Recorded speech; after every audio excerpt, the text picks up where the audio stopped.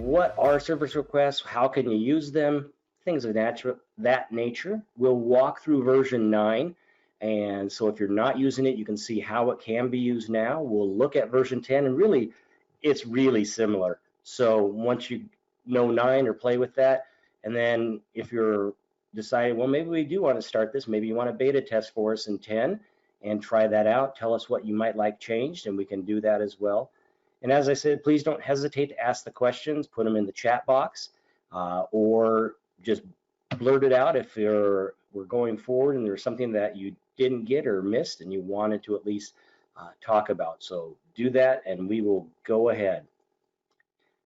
So really, what are service requests? Service requests, it's just in a way, it's a way that allows you to receive, document, track, make historical responses of information that you get from the public and county employees. I say that because a lot of times those service requests will come in from somebody who was doing another job and they saw something on the way back to the shop that they needed to at least alert to someone that needed to be done. So we get information in so you can identify that for your roads, facilities, whatever. And as I was talking to others, you can set this up however you need. It's not just the road things that need fixing or a request there. If there's something internally that's a requested area, you can also track that and do that. So that's really where we're gonna look at. Hopefully get rid of those lost sticky notes, keep those records, and really you hate to talk about it, but proof the information was received and worked and performed, so you've got it for liability. If someone says, hey, I talked to you and it didn't do anything, anybody can go in and look at that and really find out what was done.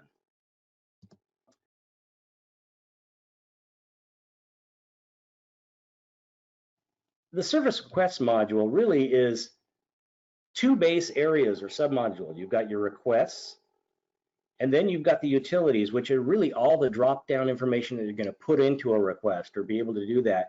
So on the utilities, once you've created it, you can add to it, but once it's created, for the most part, it's there. On your requests, you really got to manage it. So after we recreated one with a request entry, then we'll go into this manage requests to actually manipulate them, put notes, everything of that nature. Requesters, if you have somebody who happens to call a lot, you can actually keep them in a database and be able to select them out quickly and easily and edit their phone information, emails, things of that nature, so you don't have to type it in each time. And then we also have road request entry, that's hard to say, and utility requests. They are very, very similar to just a normal request entry, but asks a few other things dealing with a specific roads or a specific utility. And then again, under those SRS utilities, everything you're going to need to put in for the drop-down values. What are some of the lookup values? What's a request category where you create it yourself? Same with the request type. You can get very specific there. Section, if it's gonna, this is where you'll actually add to your people who is the one that's actually going to be receiving an email that this needed to be done. And then who can be on that user list, and they got to exist first to be able to send them an email. And then other people use service areas if they want to chunk up their county, and so they know that different people are managing different areas of their county. And why don't we go in and I'll create a request now, and then you can go forward. And then Casper and Ken and all the other production crew, if you see something come in on a chat, please interrupt me or do whatever you need to do on there.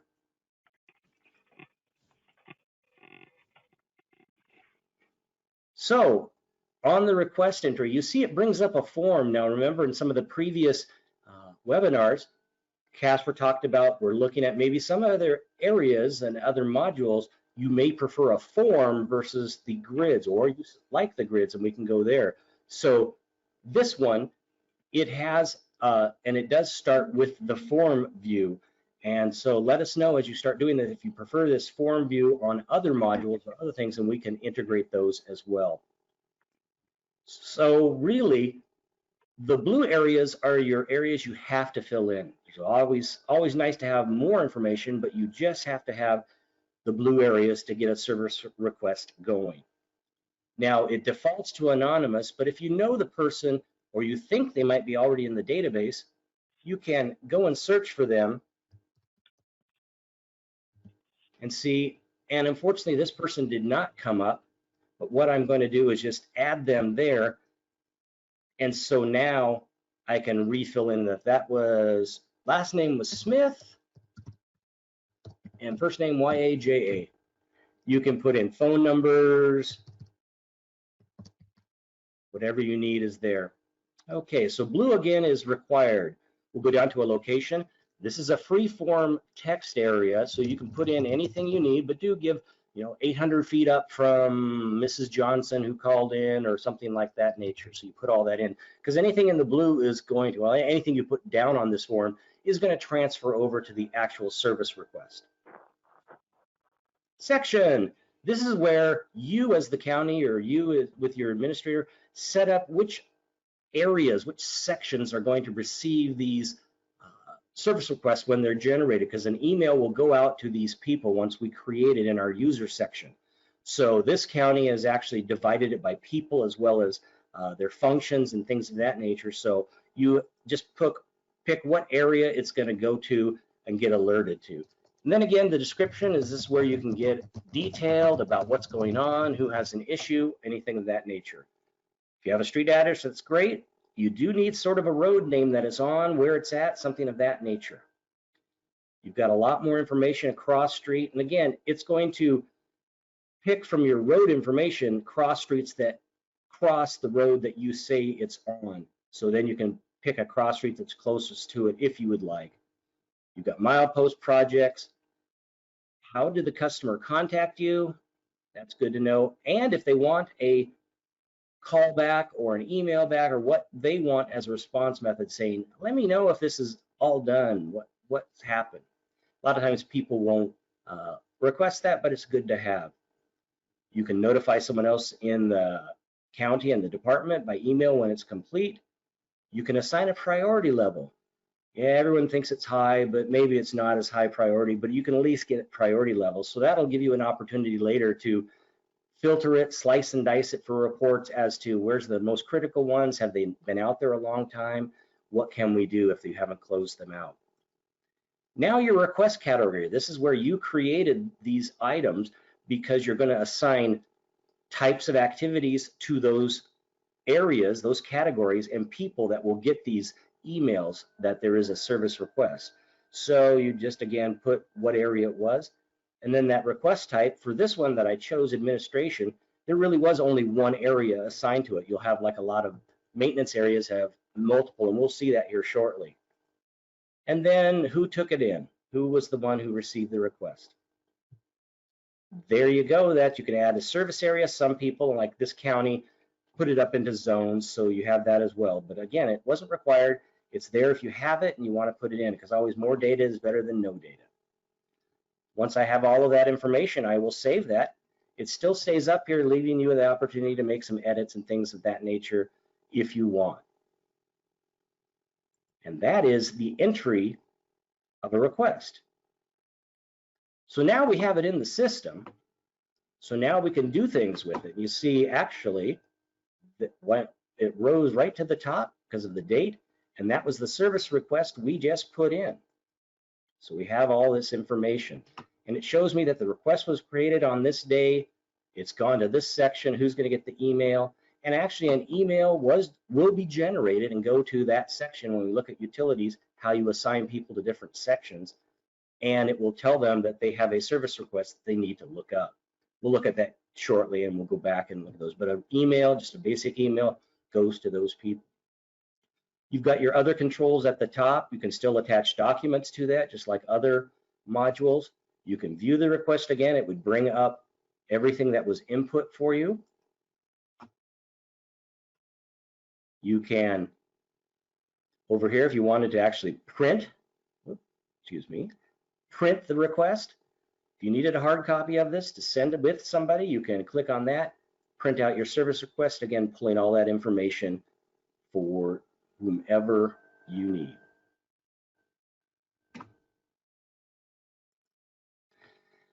So we have that back up at the top. You can add a history comment. So now we've got this request that's come in. I can add some comments to this, and it says, okay, so who's adding the comments? What's the date that it's being added? And here I can say, oh, I didn't get this right, but we had more information about that, what we're doing. We say okay. And up here now, it's given us this chronological. It knows when it was created. It has a comment that was added to this. So this is all going with that request. So you will know everything that's happened to it. On this screen, you also have these colors that show you new requests. There are some pending requests. There used to be. There we go, like a pending request. It's almost ready to close out.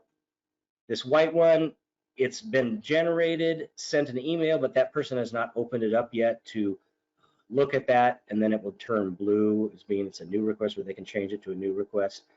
And it defaults actually to only your open requests. You can show everything by changing your default from if it's not complete, or complete is false, meaning it's not been completed, so we want to see it first.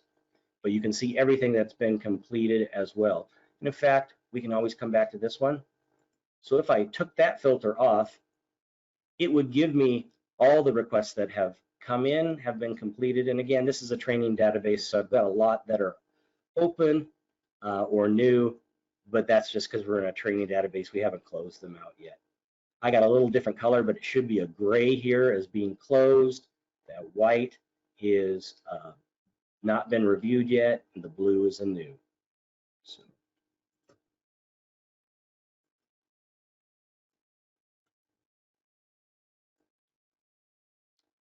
So again, we've got this. We know there's a comment on it. The next thing I might want to do is, I really assigned it to somebody and it should have gone to somebody else or a different section. So I can hit reassign section. It gives the main request information, where it went to, but I need to reassign it someplace. Oh, we're going to go to signs. And who is this person who's reassigning? So if it really was, and it says, you know, sorry, your request actually,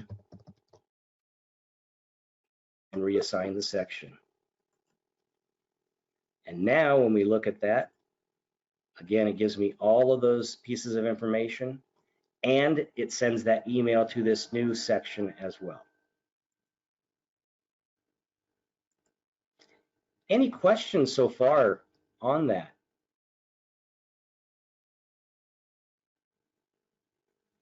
Okay, that requester tab were those people that we've added when we've done some of those things.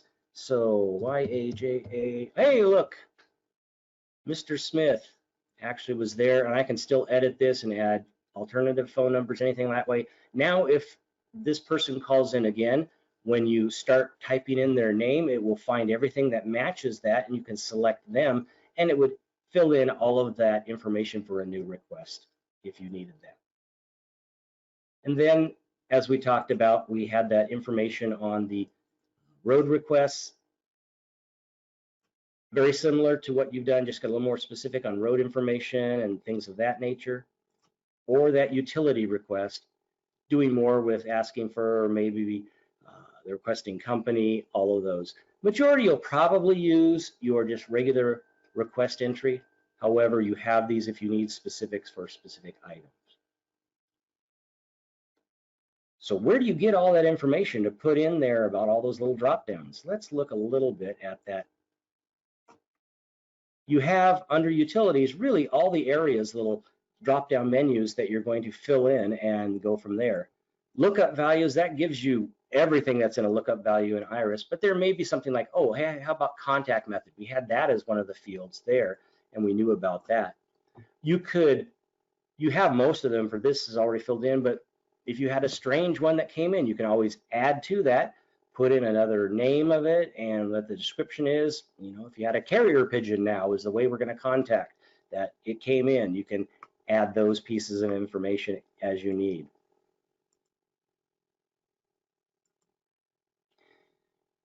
Request category. This is where you can get specific about where is this request going to go, who might be the main area responsible for it. So in this example, in this county, they had different numbers for the name of it, but they also have the description. It's road maintenance, bridge maintenance, it's signs, it's admin, it's the survey department, it's engineering, all of those. So you can make this as easy as you need it to be, as detailed as you need it to be for doing it. It is, geared towards road and public works maintenance, but if you need more engineering things or you need more design things and you need to make them alert of an issue, you can always do that too and add them in.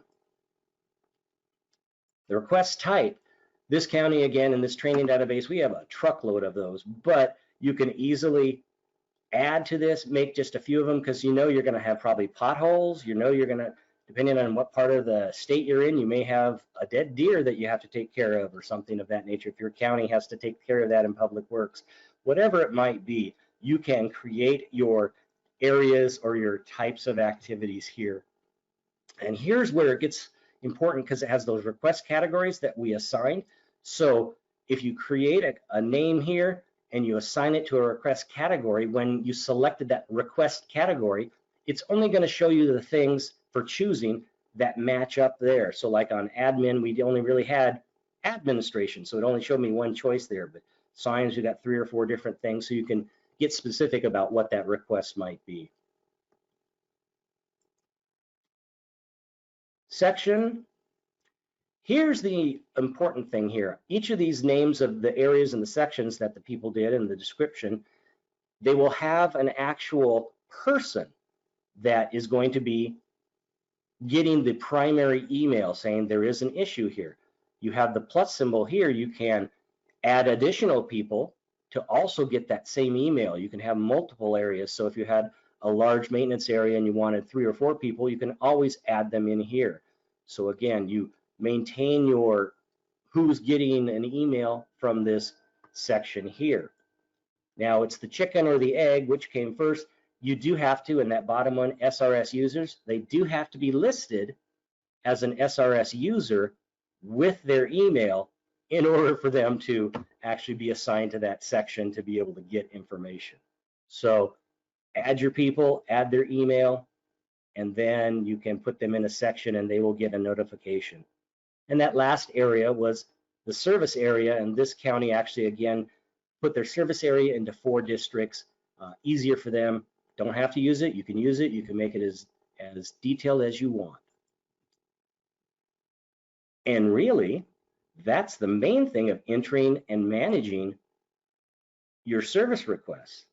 One other thing that I might show here is we'll look at the actual, there are some reports for service requests. You can look at open and the status, a variety of things. I always like the Tickle report just because of the name.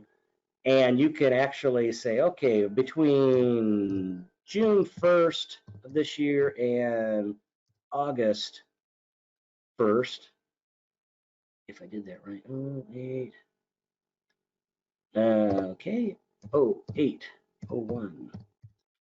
I can then get more specific about things, but I'm just going to say, just show me everything there. I'm not worried about who it was or all of that. And again, we may get a lot based on this as a training database. But this report will then give you the section it was assigned to, a request number, what the details were, the date it came in, how long it's been sitting there, or any other notes that are with that. So it gives you some information there so you can help follow up on those if need be, or your roadmaster or someone wants to know what is there. So you do have reports as well with that. And with that, those are the main things dealing with service requests on item 9, or excuse me, on version 9 that I wanted to go over. And again, the only other thing that might be interesting to see is if I can minimize some of this out for you folks, and then I will grab that email. And there we go. Let's just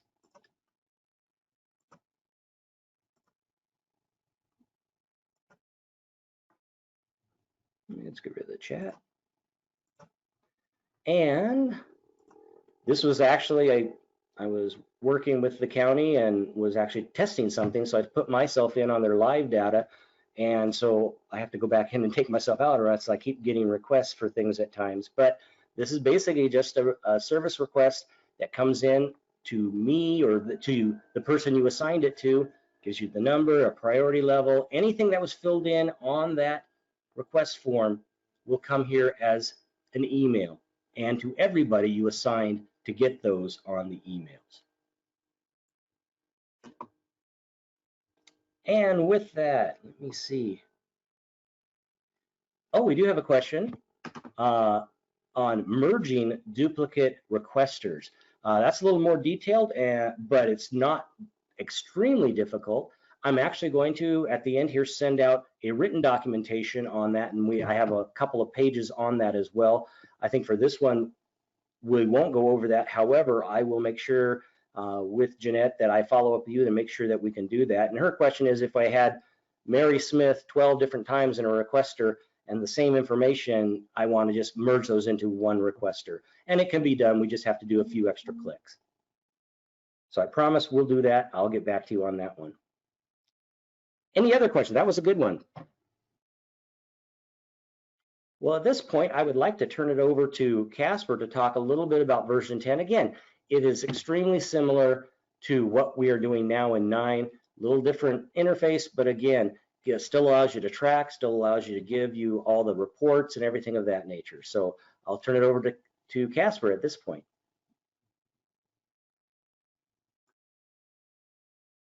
Yeah, the sharing was taking a minute here. So this is the new interface for Iris 10. I'm going to go ahead and just start out with the basics. If you've seen the previous webinars on any of the other Iris 10 modules, this all looks very familiar. This uses the new Iris 10 user structure. So whenever you move to Iris 10, whether you're doing the beta or whether you're moving over here with your live data, you have to switch your user accounts over to using email addresses as your new usernames. So as you see here in the login area, I have my email address and my password. Every portal is fairly similar. The login process looks similar. The background colors might be different or whatever to give you a little bit of a cue that you're on a different portal. And when you log in, the process is very similar. It'll just log into the system. It logs into your county, limits you down to the specific data, and also it remembers what screen you were on previously if it's something that has multiple screens. In the case of SRS, the service request system specifically, this one only really has a couple key features that it can go to. You have an entry screen, you have the management screen, and then you have some of the other more or less system management components. And so really the only two forward-facing functional screens that you have here would be entry or management. And in this case, this is what the new management portal looks like. It looks very similar to what we had in 9.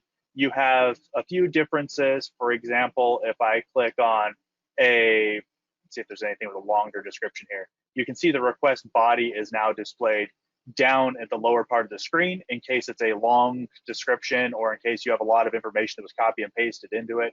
Now you can read it a little easier rather than stretching the column out and making it significant or opening up the editing form. We have all the basic controls at the top of the screen like we had in 9. And to illustrate the coloring a little better, I'm going to jump over here to another system. This is the data for Polk. And Polk has been using the service request system for quite a while. And so they have a lot of good data in here as an example. And as you can see, here's some of the dummy data that Greg put in that just has a little bit of gibberish data. You've got your basic colorations, gray for complete. I don't believe there's anything but gray and new here. But one of the examples I wanted to use this in particular for is this is loading the grid with 9,628 records, and it's paged out 193 pages. So this gives you an idea of how much more data you can easily load in the web version than you would want to be loading in Iris 9.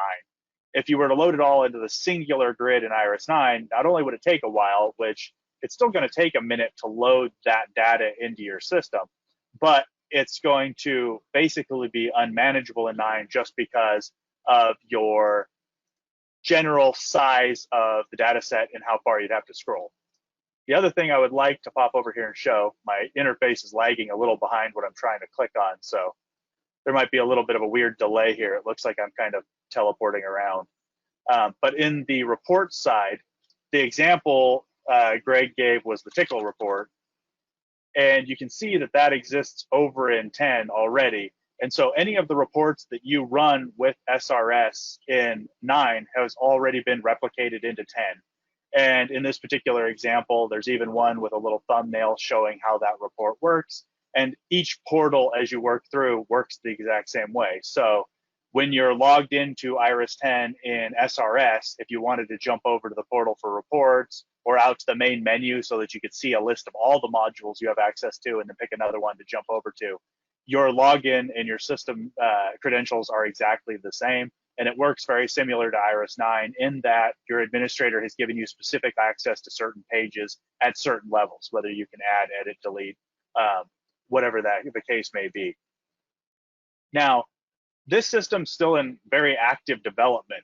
So what we're looking for is people who currently use Iris 9 SRS who want to be part of the beta program. We would be excited to have you come in and give us some feedback on the system and help us refine things, refine colors, refine placement of options and menu bars. We're trying to streamline the entire application and make it a little bit more friendly for new users, but we want to make sure existing users can still easily access the more advanced features. Jeanette had the good question earlier about a reminder for deduplicating requesters. And what will happen a lot of times is a request will come in, somebody will guess at how to spell the name, but they'll get the rest of the information correct. Another time, somebody else will guess at a different way of spelling the name and put it in there, and then somebody will have the right name. And you can combine all those. In Iris 10, currently, we're still refining those features and developing them out to try to simplify the process. Ideally, we want to make it to where if you haven't used it in years, you can basically click the option and work your way through it without worrying about accidentally messing up too much data or not understanding how the function works.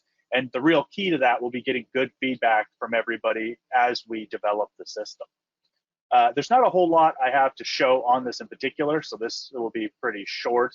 But if you are really interested in getting into the SRS 10 and seeing how it works, or getting into any of the other 10 modules that we currently have out for beta testing, I would encourage you to reach out to Greg. We really need people who want to come in here, and even if you don't want to use it for live data or actually do entry, just view your data and click through the system and give us some feedback on how it looks, how it feels. Give us an idea of how your workflow process would integrate or how it feels in comparison to Iris 9 for your workflow. That would be great because we don't know exactly how every county is using the system or exactly the process you're applying when you're attempting to modify or extract data for other departments. So any feedback we can get is great. Is there any questions in particular on the Iris 10 side of the system?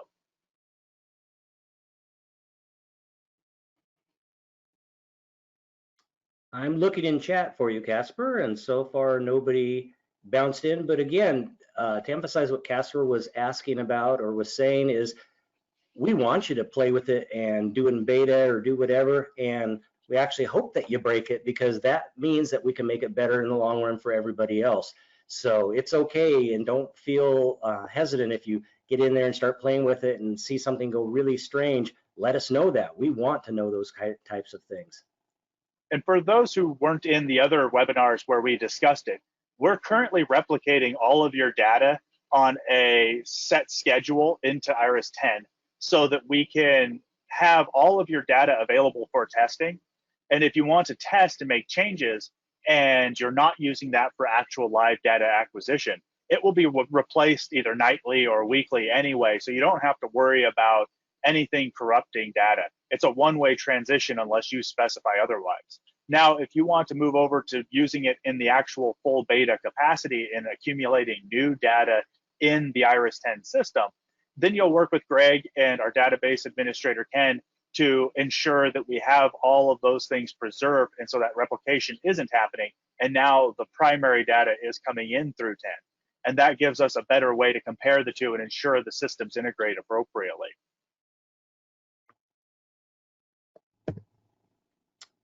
And that is the main things that we were going to talk about. We're happy to answer any additional questions.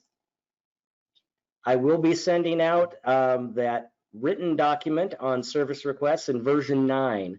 But again, the functionality is very similar in version 10. Again, let us know on that. I will get back to you, Jeanette, and we'll go through combining things. And that's also in the document I'll send out. And then eventually, here in the next couple of days, I'll get this edited together and get this up on the YouTube channel as well, where all of the previous webinars are. Just want to give it one last time. If there's any questions. Okay, and to that point, just like we've said before, you know, don't worry about if you forget or there's another question that comes in, always contact us. We have all the people there. Everybody's listed on their email. You can call me, do whatever. We will track it down. We'll get it solved for you.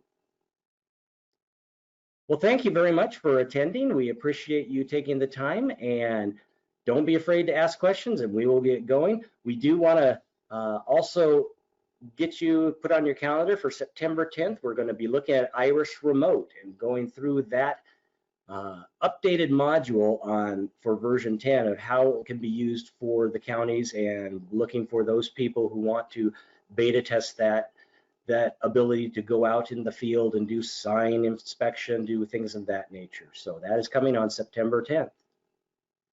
Until that time, thank you for attending. You have a very good day.